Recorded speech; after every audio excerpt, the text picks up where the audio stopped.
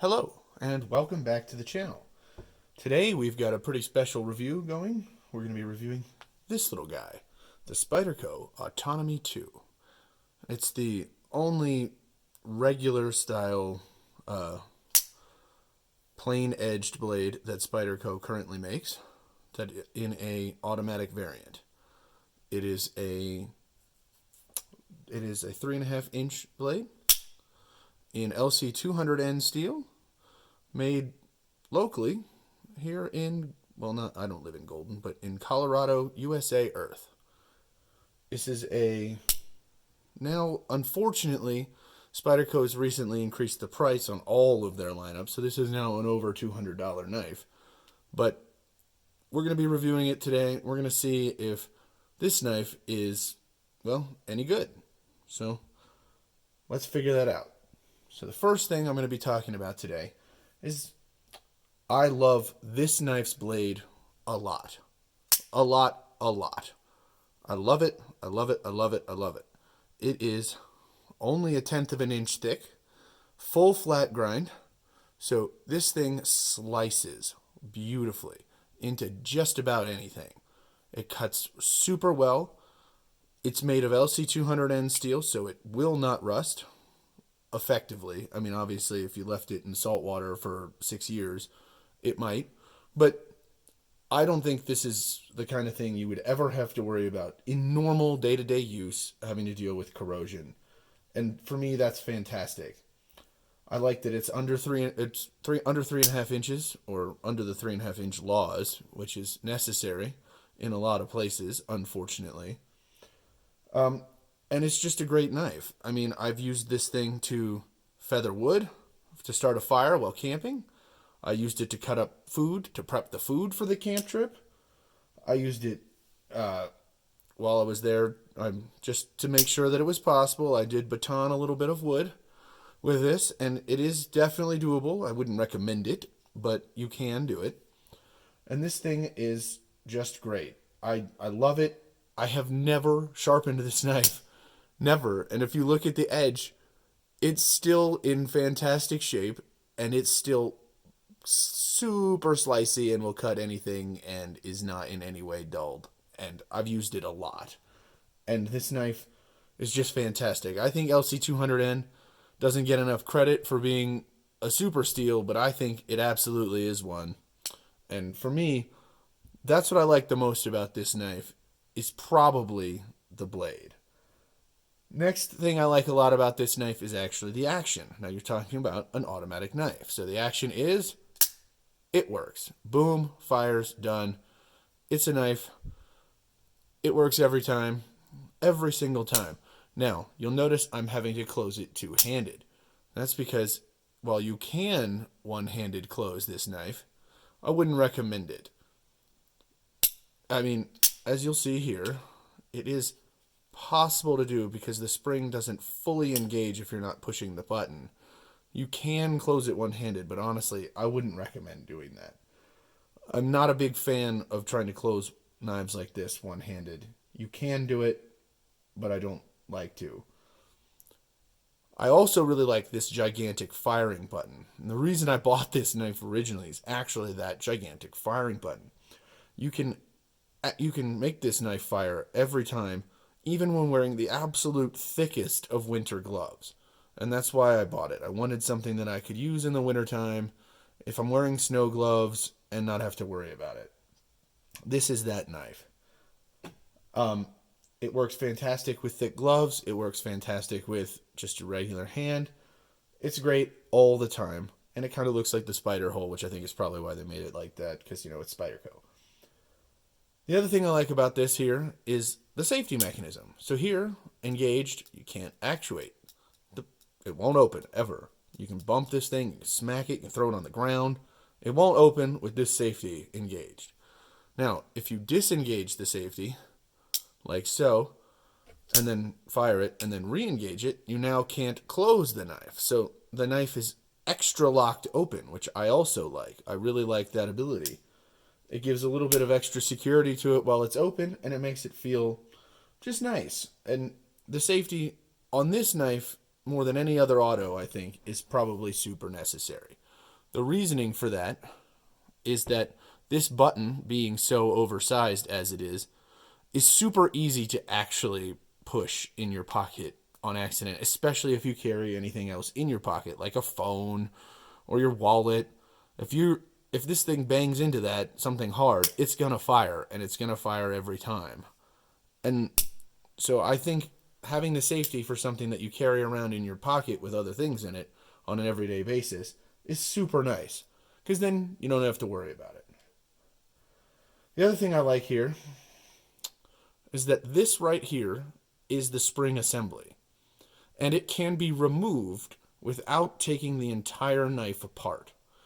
I like that because it means if you need to service the spring mechanism, which is the only point of potential failure here, pretty much, if you need to service that spring mechanism, you can do it without having to disassemble the whole knife, which is nice because autos can be a little tricky at times, especially, when you're not super seasoned at doing that.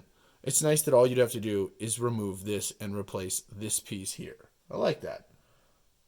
The last thing I really like here are the ergonomics. This thing fits beautifully in the hand. The clip is not really much of a hot spot. You can just hold that thing bear down as hard as you want, and it's great. It fits perfectly in hand. It's really nice and beefy and thick, and it just feels really fantastic in hand. So I like that too. Things I like a little less. Well, getting back to the reason for the safety mechanism is the fact that this can fire in your pocket. It's not perfect, but because of this gigantic firing button, which is a feature, it's also a little bit of a double-edged sword. This will allow the knife to fire on its own at times when you don't necessarily want it to. I think, for me, you just leave the safety on when it's going to be in your pocket most of the time, and you'll never have to worry about that. You pull it out, safety down, boom, fires. No big deal. The next thing here, is I'm not the biggest fan of the fact that this is actually an automatic knife. And what I mean by that, autos are great. They deploy the knife reliably and quickly, but it's not great for putting it away quickly. I have to use two hands to put this knife away quickly. And frankly, I don't always want to have to use two hands. I might not have a second hand. So you can close it one-handed, like so, but it's so much harder than, like, for instance, a non-automatic knife that you can just close one-handed. This is not going to do that, and that's just a thing. The other thing is, automatics have a little bit of a legality thing. These are not legal everywhere. This knife would be illegal in California because it's an auto that's over 2 inches. This knife would be illegal in New York because it's an automatic knife. This knife would be illegal in the state of Maryland because it's an automatic knife. This knife is not legal everywhere because it's an automatic knife. And that is just something you have to keep in mind. I know I took a road trip with my family, and this came with me, but before I went, I made sure that all the places we were driving through, this was legal before I took it with me, because I didn't want any issues. And the fact that you have to do that with this, and you don't have to do that with most other regular pocket knives under a certain size, is, it's a little bit frustrating. So, for me, that's another thing I'm not a big fan of. The other thing is, this is a pretty large knife. And by large, I mean heavy. Here we have the scale. Get that bad boy on. You'll see that this weighs 5.33 ounces, or 5.3 ounces, for a 3.5 inch blade versus a 3.25 inch blade that weighs 3.7 ounces. And, there's a lot lighter weight knives out there than this. This is a heavy, heavy knife. I'm not a fan of that. I'm not a fan of the way it carries in the pocket because of the clip. The clip makes, look at that. It sticks up a huge amount with its stupid lanyard hole. I hate lanyard holes, so just bear with me. Anybody out there who doesn't, I'm sorry. You're wrong, but I'm sorry. Um, this, it's hard to carry because it's so big. It's also thick. If you'll look how thick this is compared to even like a PM2. I mean, you can see that the whole of the PM2 fits inside, almost on one side here. I mean, it's just, this is a massively thick knife. Part of the reason for that is it's got these steel liners, which are great for strength and rigidity, but they're not skeletonized, they're not nested. This is thick G10. The whole thing about this knife is it's just thick. The only thing that's not super thick is the blade. So the robust feeling of the handle doesn't really fully go with the only 0.1 inch blade, but it's just kind of thick. And I think that could be improved upon by just skeletonizing the liners, making it just a little bit thinner. And then, in my opinion, if they would give us a deep carry clip, Spyderco, then this could carry a little deeper and would be a better thing to have. Now, things I really don't like. It doesn't take the standard Spyderco clip, so I couldn't put a Lynch clip on here. I couldn't put any other deep carry clips that I'm super aware of on here. Could maybe make my own, but the fact is, because it's not standard Spyderco clip, you can't replace it. I wish it was just the standard Spyderco clip, and then you could replace it with a deep carry clip if you wanted to, like I do. Next thing, there's no jimping on the back of the spine here, where the thumb ramp is. Now, you're probably not going to slide off this too easily. It's a pretty good position for the thumb to be in. The only problem is, without that jimping, you could slide off that, and I don't like anything that allows you to slide off a knife and making it potentially a little bit more dangerous.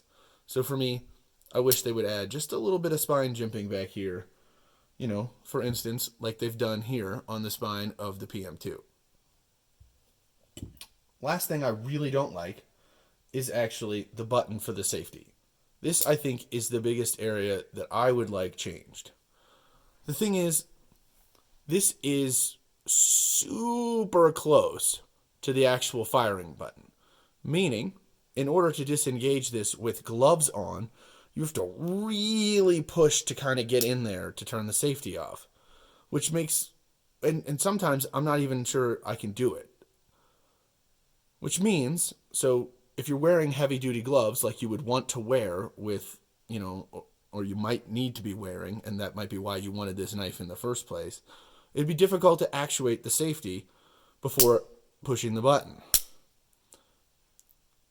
The other thing is, this is actually really sharply jimped. It actually kind of hurts your fingers to actuate the safety. It's a little bit painful.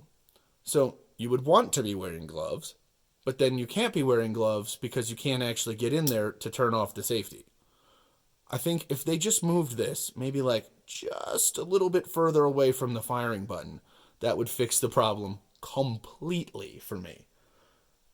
As it is, I think that's a bit of an issue, and I'd like to see that changed. Spyderco does do, a pretty good job of CQI, continuing quality and whatever that last word is, improvement, I think. They do a pretty good job of that. They fix lots of things later on in a knife's life cycle, but I don't know if they're planning on doing anything for this. If they're not, I would encourage them to consider it, because legitimately that's my biggest complaint with it. So the final verdict for me, and whether or not I'd recommend this, is I think this knife is cool. I like this knife a lot. I think having an auto is cool.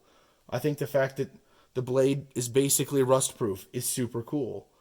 I think the fact that you can open it with the thickest of snow gloves on, and I have done, it's super cool. I really, really like this knife. It's great. However, it's not great for everybody, because you can't own this everywhere. You can't carry this everywhere. So if you're somebody who doesn't have a large selection of knives to choose from, I wouldn't go with something like this, because you may not be able to carry this when you travel to the next state over. So for me, I would say the automatic nature and the legality of carrying a knife like this would make me say, definitely not if this would be a primary knife for you.